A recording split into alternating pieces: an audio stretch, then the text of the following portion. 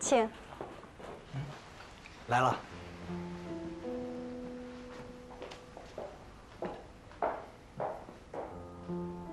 陈江，哎，客人到齐了，好，请大伙儿都坐。各位请。来，请。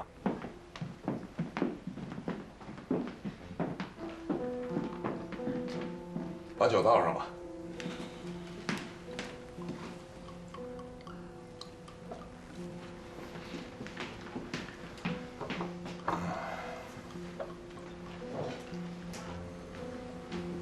不用了，谢谢。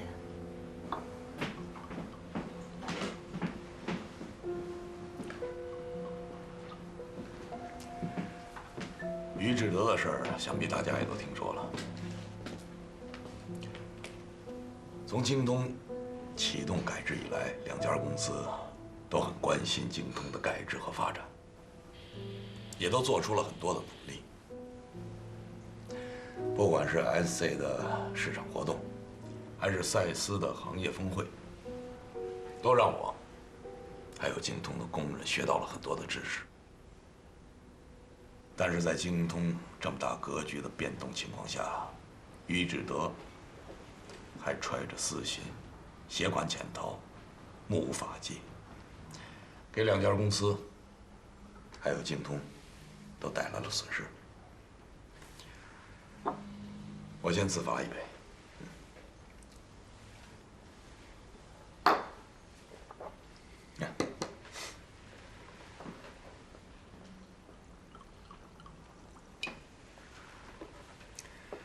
这第二杯酒呢，我要敬何总还有高木总裁，两位是大的外企的中国区总裁。为了变革中的京通能够跟我坐在一起，我不胜感激。我先干了这一杯，以表谢意。来，二位先不要着急，我这第三杯酒是想跟两位老总喝的。先等我把话说完，你们再决定要不要跟我一起举杯。酒倒上。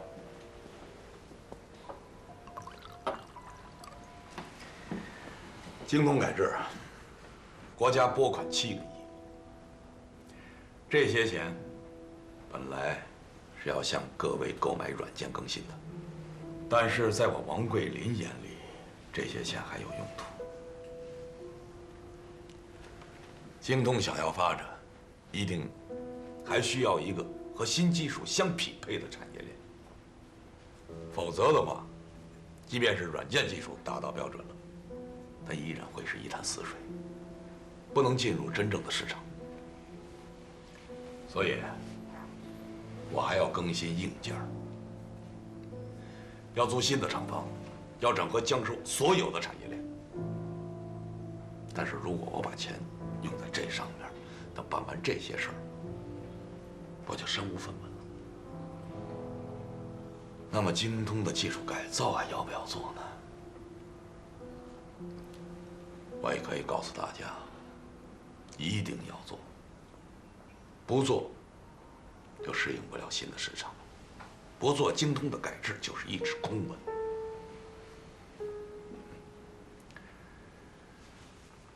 各位都是在欧式经济体制里工作多年的行家，资本运作比我懂得多。今天在这里，我要告诉你们，我对软件购买的最后决定。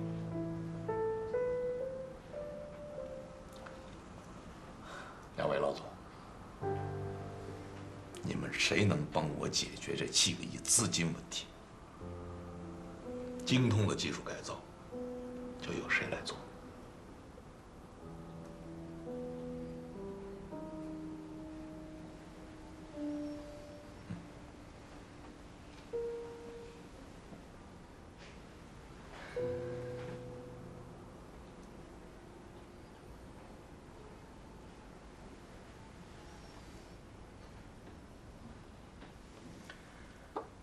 我现在很想知道，我王桂林还能不能和两位合作？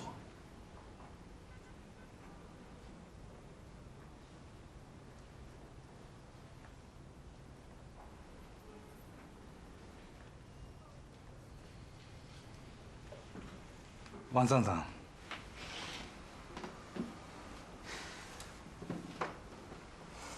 我们 SC 一直是希望与你合作的。谢谢。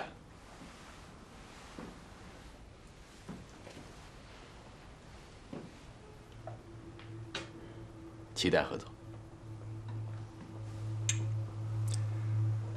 那我就谢谢二位。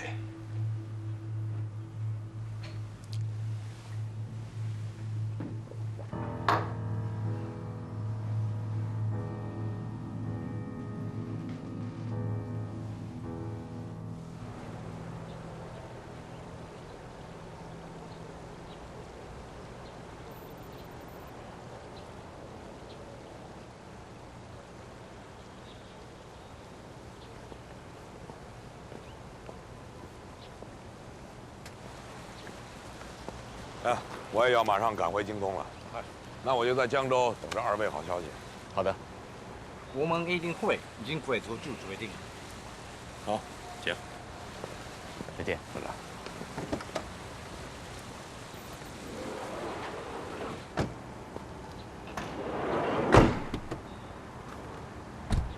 我自己回去。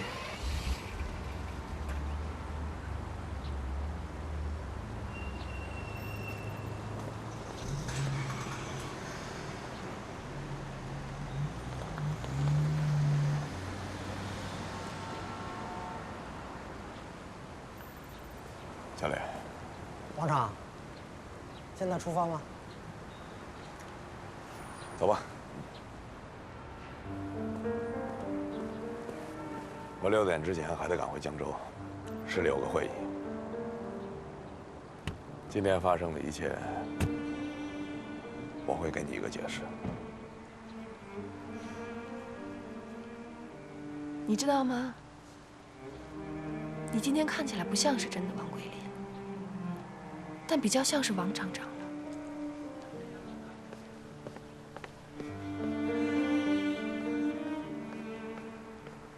乔丽的愤怒很难自控，她几乎是逼着自己镇定如常地从王桂林的视线里离开。这些日子以来，她一直不顾后路地选择相信王桂林，选择成为他的队友。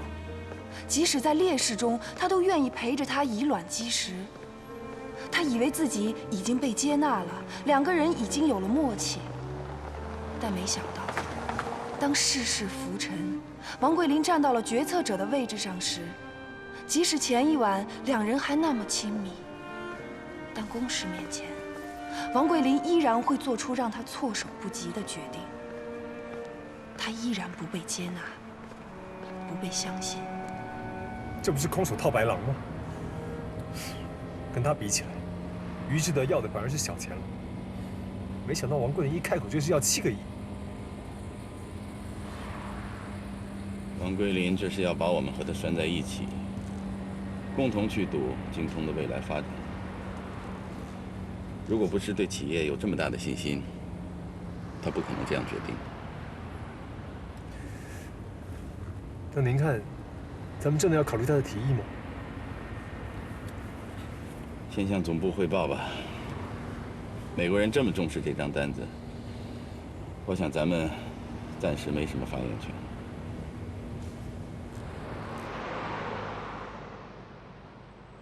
まさか方向が間違っていたとは。意外にも今回のジントンの件には影響を及ぼしていません。こっちにもまだチャンスがありますよ。まあ出直しのようなもんじゃないですか。このチャンスを必ずものにしましょう。この件は私が本部に相談してみる。君は余計なこと考えず、今与えられてる仕事を着実にこなせばいいんだよ。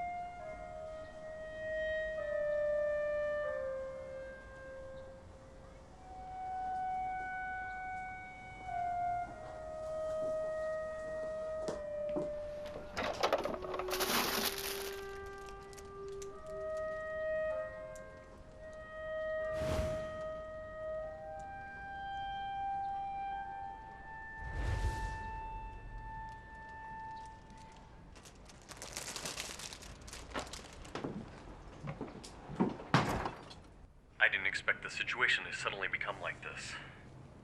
Yes, it was all unintentional. Chung, the headquarters will meet to discuss this, but right now the situation is very risky. We are foreigners, and in China, the market is controlled by state-owned enterprises, and we don't understand this. But the boss wants to take a step. I agree with your point here, but the next step needs to be very careful. Chung, I know you've risked a lot for this project, but you must slow your pace down. So, for the print project, World High Close send the number sales is Aquino to oversee it. That's not necessary now. Since the project signing isn't possible, you need to work on this quarter sales figure, so please work harder. I understand. The company wants stability, and we all may need to send Americans to take control. In that times, we have to deal with it also.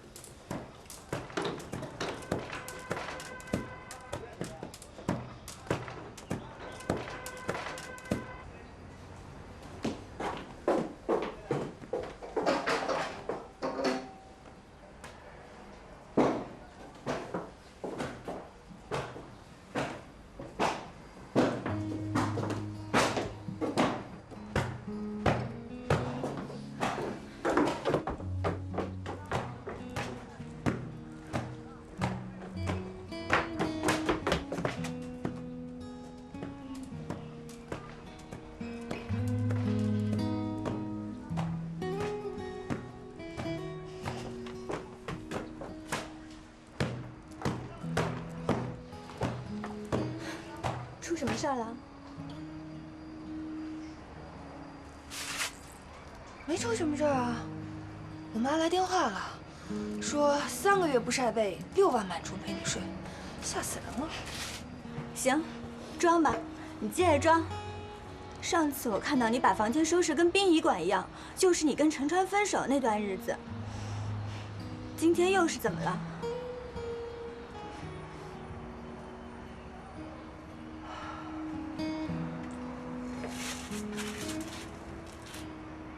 我本来就是想擦擦镜子，仔细看看我自己这张脸是有多好骗。我这个人就跟这房间一样，乱是乱了点儿，可是我愿意把我最真实的一面给我在意的人看。我发现到了最后，我的真实1分钱都不值。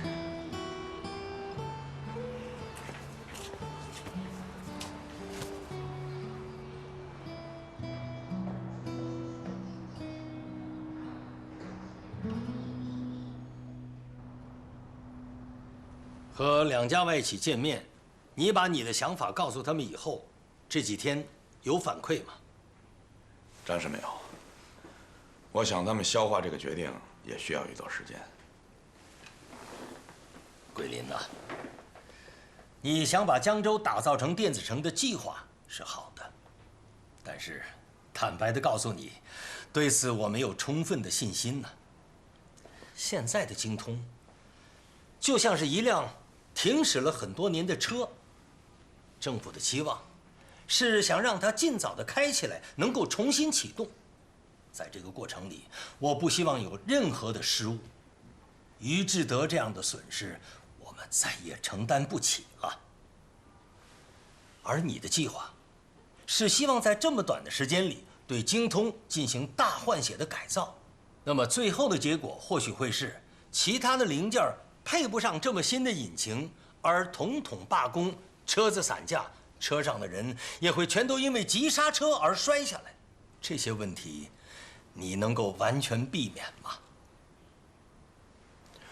刘书记，精工啊，如果不做大的改造，即便是重新启动了，它也只能缓慢的再往前开一段时间，它还会再次停下来。我这么做，就是要让精通重新回到正规的赛道，去和市场进行竞争。我坚信我的决定没有错误。桂林，于志德的事情发生之后，政府很难再给任何人放手一搏的自由，你也一样。所以，你对我的口头保证，不能证明什么。刘书记，我不是在向您保证。现在这个阶段，我不能给任何人保证，包括精通的工人。如果精通是一台机器，我不会这样做，我会慢慢的重新打磨它。我这么做的原因其实只有一点：精通是由人组成的，我相信人的潜力。只要给他们一个新的引擎，他们会迅速的适应。好吧，那就先按照你的想法接着进行。但我还是那句话，你身后会有很多人看着你的一举一动，只要形势稍微失控，我们随时会叫停。我明白。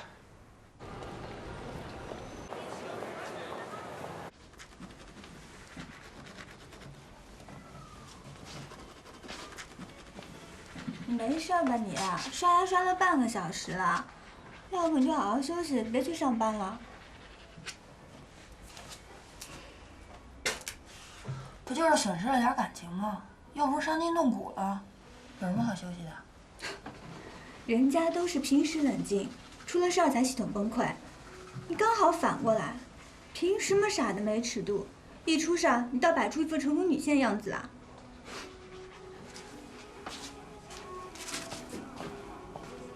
万国企业及外籍个人征收城市维护建设税和教育费附加，这意味着中国境内所有内外资企业统一了全部税制，外资享受超国民待遇的时代正式终结。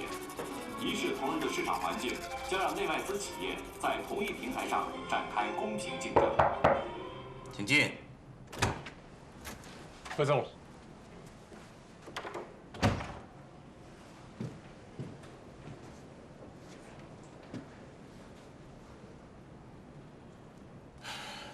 好，你看了吗？看了。一直就有这方面的消息，现在终于落实了。那美国总部那边有什么动静吗？这种事情对他们来说应该是意料之中的。以中国现在的发展速度，到现在才公布这样的决定，已经不算太早。对于我们来说，唯一的变化就是，从现在开始到不久的将来，在中国，只有国企、民企和公司人这3种身份。外企白领这个富有优越感的词将不复存在。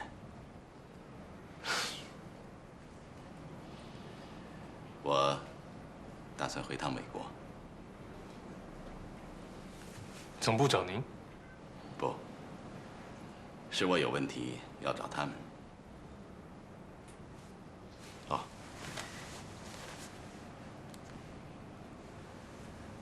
这是我在 IC 内部的联络人。上次和 IC 一起向宇智德汇钱的时候，这个人帮了我们大忙。他最近会有单子给我们，我把你的电话留给了他，请你跟他保持密切的联系。是。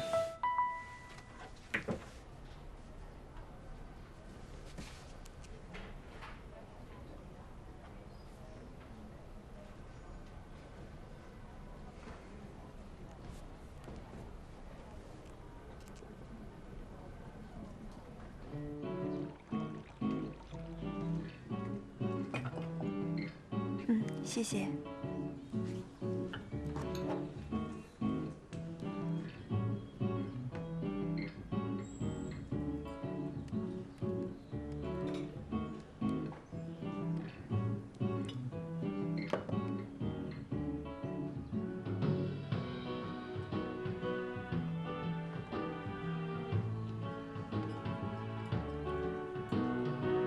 总算是签了。刚刚那个客户可真难缠，这可是我成功签下的第一个单子呢。是不是很有成就感？说的夸张一点儿，跟这个客户纠缠了这么久，刚刚他终于要签的那一刻，我居然有种手刃仇敌的快感。你知道吗？我很喜欢这个样子的你，这样的你，像一个女猎手。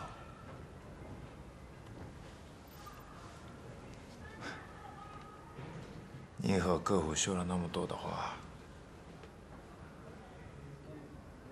嘴唇都干了。是吗？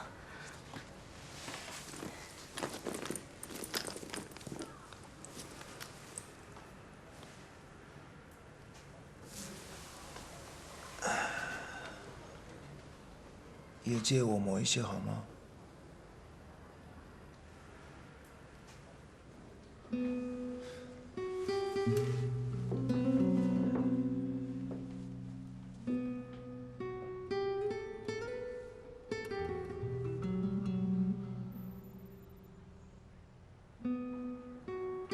我直接这么摸就好了。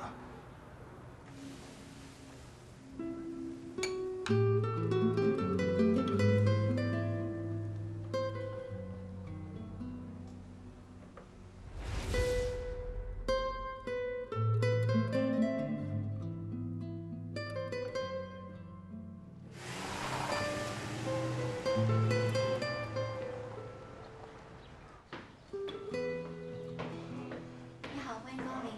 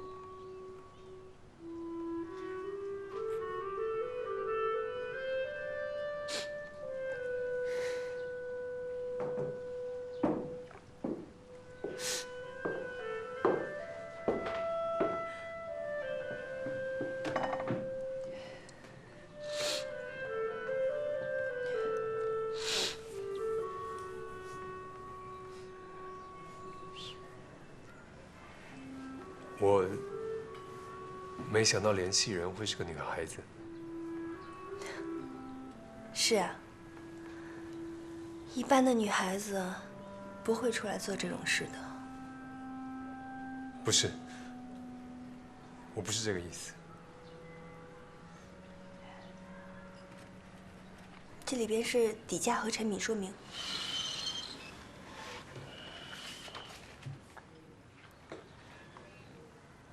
你派人去按 BT 的时候要通知我。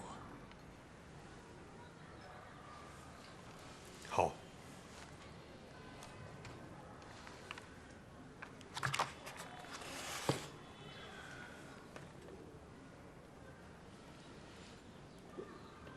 没什么事儿了，你回去吧。你一个人没问题吧？没事儿，我就想一个人待会儿。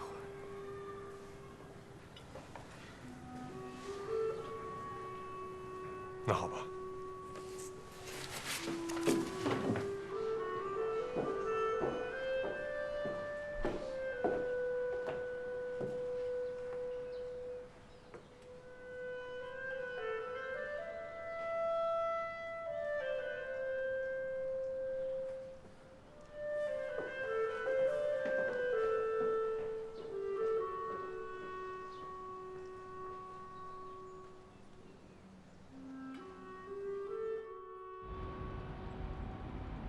Frank， 还没睡吧？还没呢，请说。啊，我想在总部找的答案已经找到了。我现在告诉你我的决定：精通这个项目，我们要跟下去。哦，总部同意了。不，我的这个决定跟总部没有关系。我问你，乔丽她有没有回来上班？有。可是他现在的处境挺尴尬的。本来叫他回来是因为他跟王桂林的关系，还有我们精通项目胜利在望。可是王桂林老奸巨猾，现在做出这个决定，对他打击很大。我现在还没有决定分配给他什么任务。您觉得应该怎么安排他呢？我估计他应该撑不了多久，还是会自动辞职的。Frank， 你一定要想办法把他稳住。我们的目的是让乔丽最终在销售合同上签字，这一点对你我而言至关重要。哦，为什么？现在不方便解释，明天我就回来。等我到了上海，我们见面谈。那我知道了。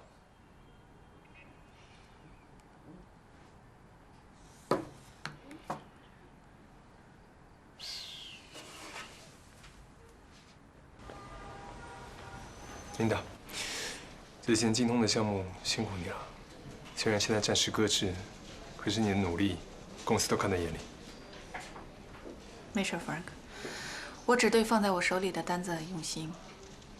精通这单子我做起来名不正言不顺的，所以并没有尽心，只是尽职责罢了。琳达，你什么事情都分析得这么清楚，活得不辛苦吗？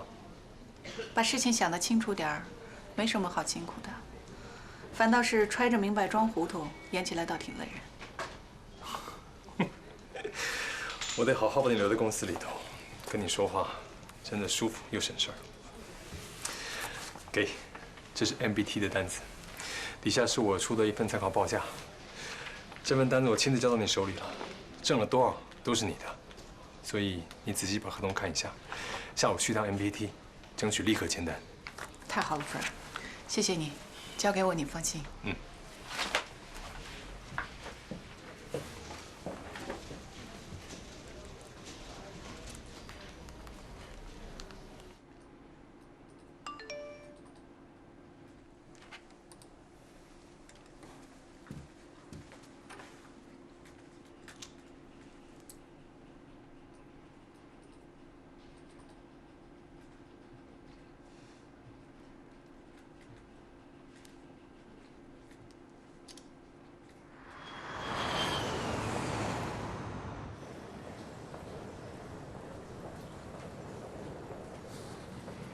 Frank， 我回来了，我们见个面吧。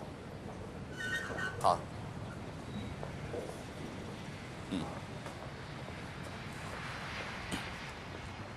再见。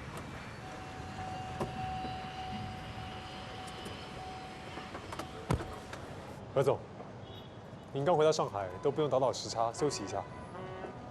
还有，今天为什么约在这里见面呢？我就是想从办公室里走出来，面对这座城市，好好的感受一下。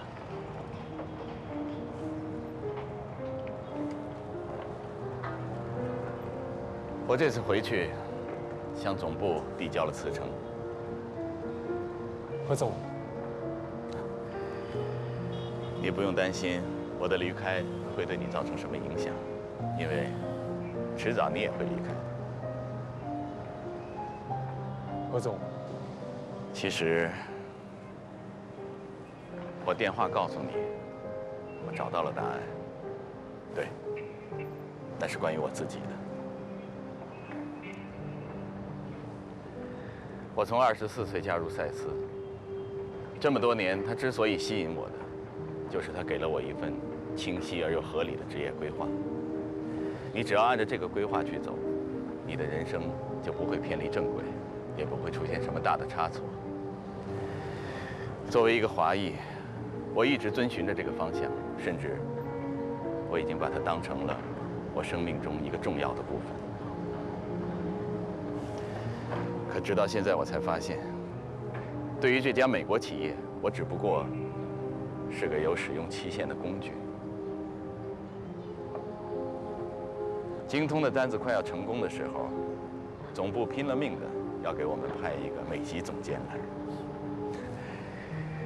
这个单子停滞了，他们又逼着我去抢别的单子。作为中国区的总裁，我不光没有自己决定进退的权利，甚至连保护我自己员工的能力也没有。所以我回去，我要问一问，在我的职业规划前景图上，到底有没有明确的表明，我在这一刻应该怎么做，我能怎么做？可惜啊，当你老了，你没有任何竞争力的时候，你的那份职业规划也就毫无意义了。没有人会给出你任何的答案。曾经在我人生中起着指南针作用的那份职业规划前景图，在美国总部的人事部门里，只是他们放在抽屉里的一张废纸。我不能接受坐在这个位置上，还要听命于一个年轻的美国人。这不是权利，是尊严。所以我辞职，离开赛斯，自己创业。我要成立一个外包公司，反过来跟赛斯合作。我要负责向精通提供它所有产业链上的设备。7个亿的资金，我想办法向银行贷款。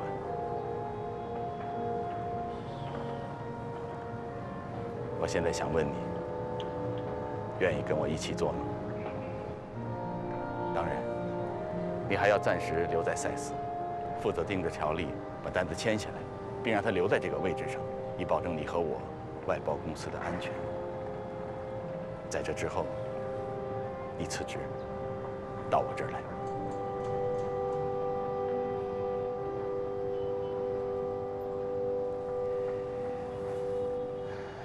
我是很希望能和你在一起，白手起家，共同创业。Frank， 你还年轻，现在做出这种决定，对你来说可能是年少轻狂，但总好过到了我这个年龄，你再后悔，那就晚了。怎么样？你愿意吗？抛弃你现在丰厚的薪金和各项安稳的待遇。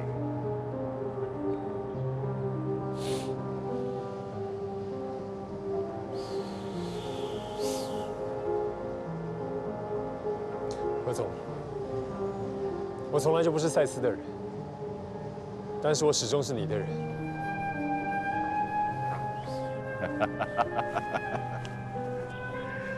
我知道，我没有看错你。好，那我们就商量一下，再去会一会那个王厂长。回来之前，我跟他通过电话，我告诉他，我会给他一个能带来双赢局面的合作方案。这个计划里，我和你都是安全的，唯一要承担风险的是乔丽。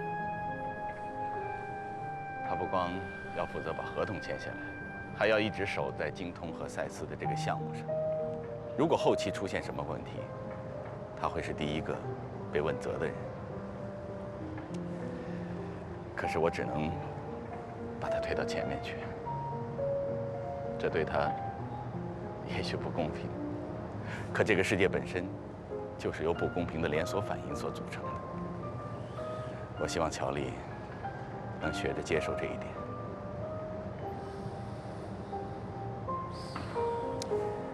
抓紧时间跟他聊一聊吧。要想尽一切办法把他牢牢地稳住。我知道了。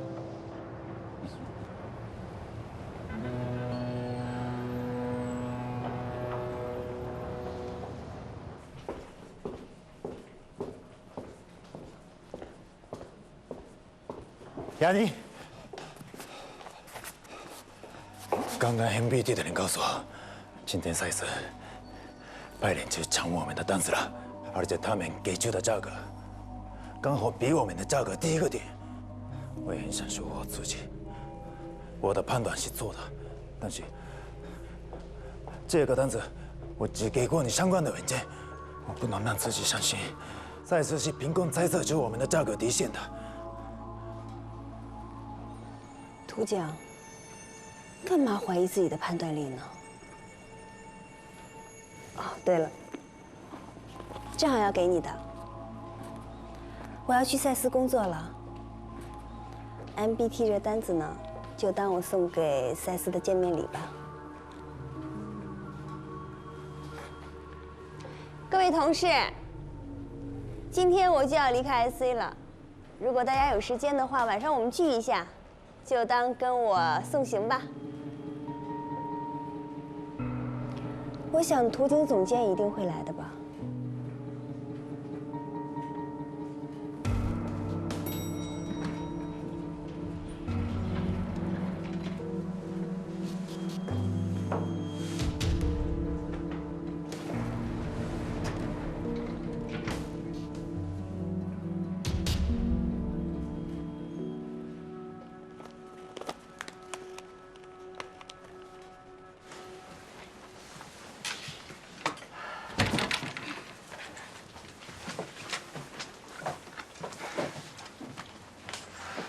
小丽，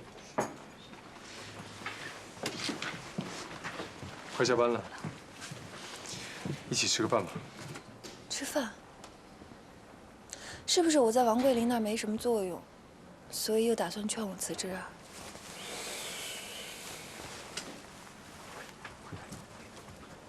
你多想了。如果只是吃饭，那就算了吧。有什么事儿在这儿说。我现在真的没心情去吃那些法国大餐，半生不熟的，想想都觉得累。如果你累的话，我送你回家吧。在车上还可以聊一聊。想想，不用挤公车，不用挤地铁，还是挺开心的吧？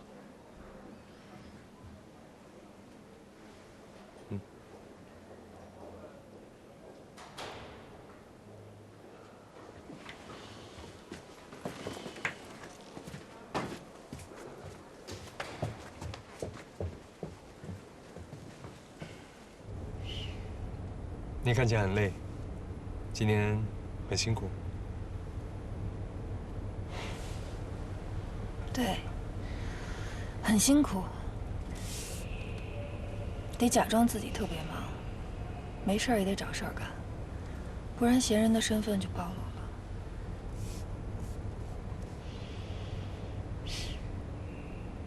我觉得你的状态不是很好，虽然我们的关系已经不比从前。可是我还是希望能够看到那个随时会跟我吵架的乔丽。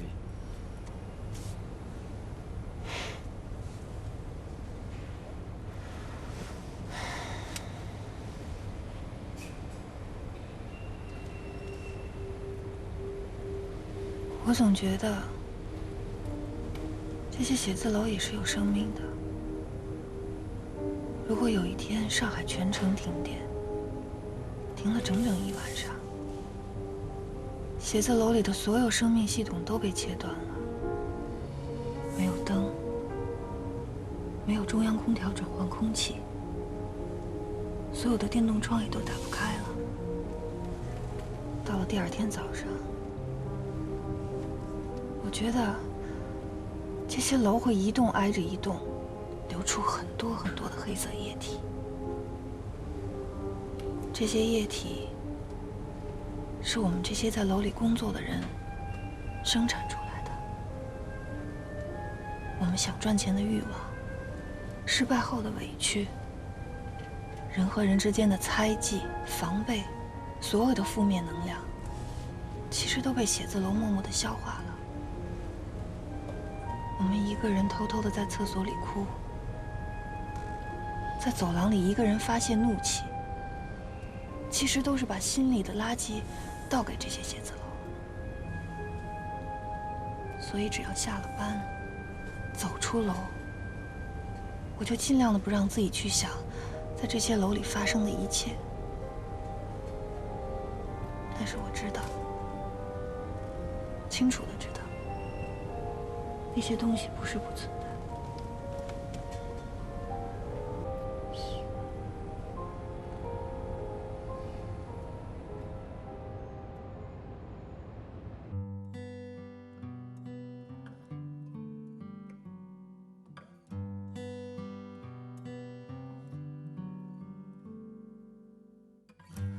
长长一段时光，看云悠悠荡荡，梦渐渐的遗忘，落在某个地方。我学会了忧伤，也丢失了翅膀。你给我了希望，我只能够埋藏。我想象幸福的模样，却感不到生活的方向。我想象未来多漂亮，请你原谅我选择